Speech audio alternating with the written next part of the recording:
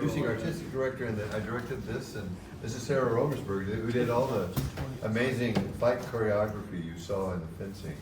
And we're waiting for the cast. But while we wait, I thought we'd just go ahead and, this has been like, so the cast had to start with a fencing instructor in July. A guy by the name of Silas Choi, who is a young man, I think he's about 17, and he's one of the biggest saber champions in the state, but he was able, and at first we thought we were going to do sabers, so we did train with saber for a little while, but he got us started on just form and footwork and things like that. And then Sara Romersberger, who's worked with us for many years and works other theaters and is a professor at SMU, but she came in and started to choreograph all those bouts, and you can see that was a lot of work, and I'm really appreciative. I think you did a beautiful job. So.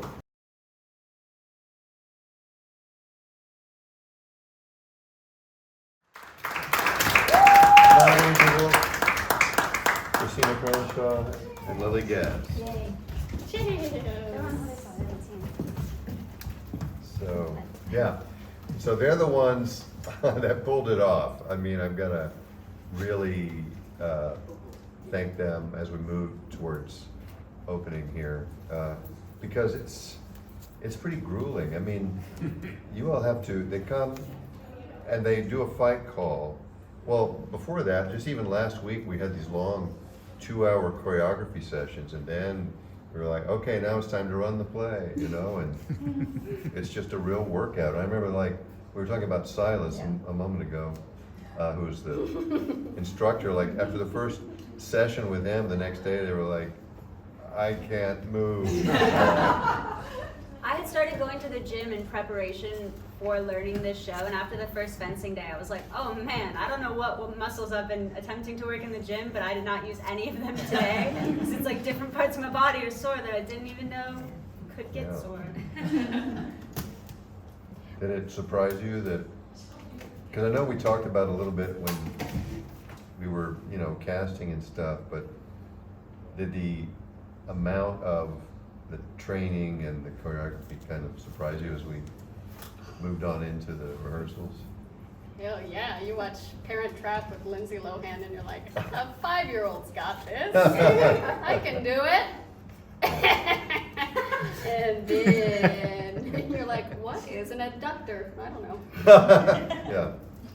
And the language and the quickness of all the text, it matches the quickness of the fighting, and to do the energy it takes just to get through the text of the play and then add on the fencing is amazing. Yeah. Dennis? For the most part, this was a 2-character play. Yeah. No disrespect. But I've done 2-character plays before, and it's so incredibly difficult because there's nobody that can save you. And We would be like, what are we gonna do? And I would look at her and say, it's okay, because if you and me know what we're gonna do, then it'll happen, because it's just us and we'll do it. Yeah. My compliments, fabulous Thank you, job. thank A you. question for you. What was harder, the physical, because it took a tremendous physical toll, I know. What was harder, working the dialogue or working the physicality? The dialogue was much harder for me because it's so modern and it's so teen girls speak. I don't know if you can tell from the way I'm speaking now, but I do talk like that. And so my instinct to like add different likes would be like, you know, like getting them exactly right was so much more difficult than I thought it would. It was like definitely the hardest part is like where are the so's, where are the likes, where are the I don't knows, where are the you knows, Yeah. like it kind of tacked in all throughout. So that was pretty difficult.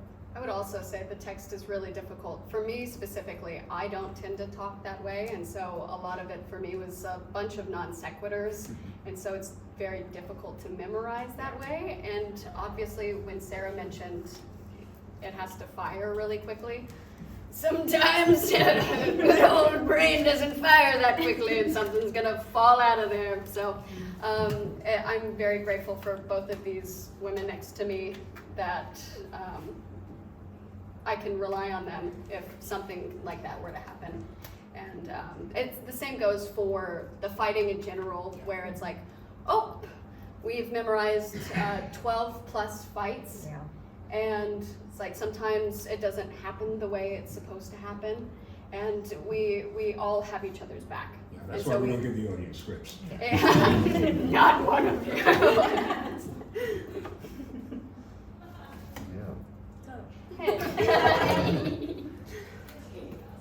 Yes. Do you three ladies find parallels between the training that your character has to do with the training that you always have to do for theater? Yeah, I would say coming in as prepared as possible, and time management has been a big process, a part of this process, especially doing this part-time and then also having a life on the outside, and you're like, I have to bathe, I gotta feed myself, when all I want to be doing is just shoved in there. And then also to feel like you want to be the support system amongst everybody around you. And so this has taught me a lot about being there for people.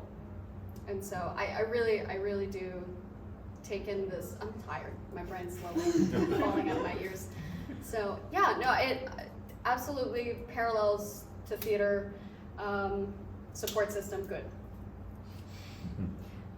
Yeah, it was a very intense process. This is probably one of the most intense shows I've ever worked on, and it became so clear, like, how much you really have to take care of the aspects that you don't even think are related. Like, oh man, do I know that 3 meals a day are important now? Like, I know that, you know? Like, I know I need more than 6 hours of sleep. Otherwise, like, I'm gonna hit her in the face, and we're gonna, like, jump lines, and I'm gonna be like, I don't even know what's going on. So, like, it was kind of like a coming back to, like, you always hear, like, your body's your instrument. You know, like, people say that all the time. It's true. If you don't take care of it, like, it doesn't matter what you know. Like, you just won't be able to do it. So it was nice to do something more in the realm of physicality and rather in the realm of thought to, like, really solidify that.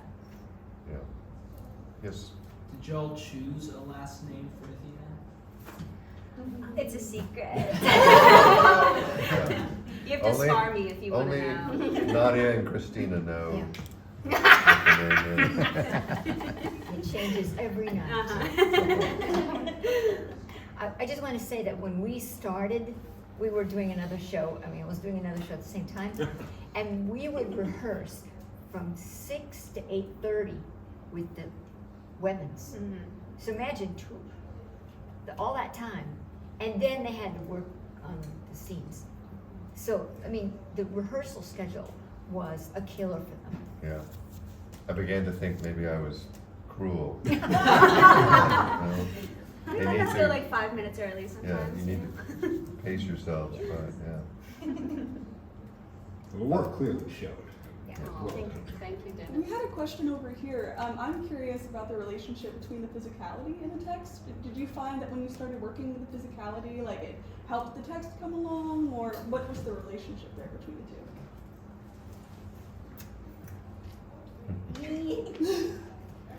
Yeah, so like what has been interesting to me with the physicality is, like, clearly this stage is so big, and we spend a lot of time on opposite ends, and so more so than like, oh, and now I pick up my sword. To me, the distance between us has really helped with the text. Like, I'm like, oh, we're getting, like, this is a close moment, like, we're getting closer. Oh, no, she says something I didn't like, we're walking away, I go, oh, no, we're back in. Like, that was really helpful to kind of help us pace the show out a little bit. Yeah. We also came in with a table read, and when we were just reading it out loud, we were like, oh, this is like a fencing match. Mhm. We are sparring with words, and it does have to pick up and go. It has been interesting as an actor finding what works and what doesn't work, and also continuing to still find those things throughout the process of this run, and what pace does, and tempo, and how you say a particular line. And so that's still a discovery every single night, and will continue to be until the thing is done. Part of the physicality, I will say, is just, we decided what they did with their gear. We added the gear bags, so they would go there, and their water bottles. That was not, suggested anywhere. We just thought, well, what would they have? What would they do? And so it became about dealing with their gear, and then we wanted them to be able to get out of the gear a couple of times, but it's hard because, you don't want to wait for that costume change every time. But then we decided, it's interesting watching them get out of the gear and put it back on. So we just made it part of the scene. And of course, we wanted them to be out of the gear when they went to the rave. But then I became really interested in those chest protectors. I was like, maybe they would wear those to the rave. And so we put those in the rave. But anyway, that sort of became part of like what they were doing while they were carrying on the scene and the dialogue. So it was interesting to do that, yeah. I'm curious about your blocking, because both as an actor and a director, I like the concept of self-blocking. How much of it came from Bruce and how much of it came from you guys? Bruce really let us explore. He gave us that opportunity to kind of see where our bodies fit within the space, and of course we have to think about the entirety of the audience. And a note that I get often is, because I just, all I want to do is be right there, and then I forget about everybody else. And so what Bruce has expertly done is say, okay, but let's not forget about giving these people a show, and giving it to them. And so, it's been intriguing trying to find the dynamics of what my body's doing in the space, but also still have room for play. Yeah. It was a lot of like getting it on its feet and then really refining it. One thing that I think is so helpful too is the gear bag. Like, cause you always, like if you come in, you always have a reason to disengage. Like there's something built in where it's not like, and now I turn and I walk away. Like you're like, I need water. Like, give it up for the water bottle. Water bottles, the stars of the show. I would say also that one thing that informs the physical life of play, the play is of course cradled within all the design elements. We have wonderful designers, Robert Wynn designed the set and the video projection, Steve Woods, our lighting with our new LED system, Sarah of course, and Paul Simrod did our sound design. So that all helps just create a mise-en-scène and cradle the action of the play and help us drive forward, because as you see, it's very scene, but instead of like, doing something that's too simplified or episodic, like scene, blackout, scene, we have all of these shifts and changes of lighting and Music, space yeah. and the video. I mean, because we just didn't want to weigh the play down with like set changes or scenic elements trying to come in or out. So we simplified all that, and I'm really pleased with the way everybody kind of made that work out. So. Any other questions before we call it a night? Thank you all so much for sticking around for the first Talkback. Thank you. Please tell your friends.